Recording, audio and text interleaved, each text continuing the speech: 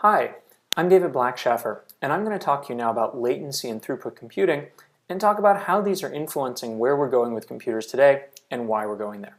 So let's go ahead and get started.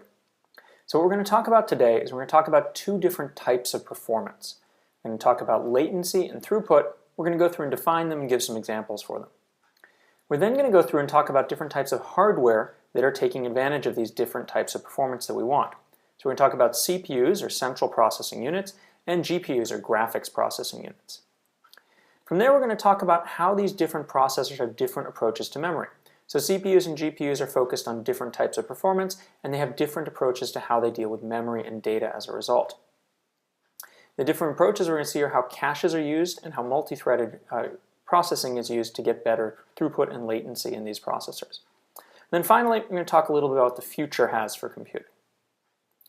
So let's go ahead and get started here with some questions about latency and throughput. So what do you think latency is? And what do you think throughput is? So after we're done with this lecture, I think you're going to have a pretty good idea of what latency and throughput are and some good examples for them.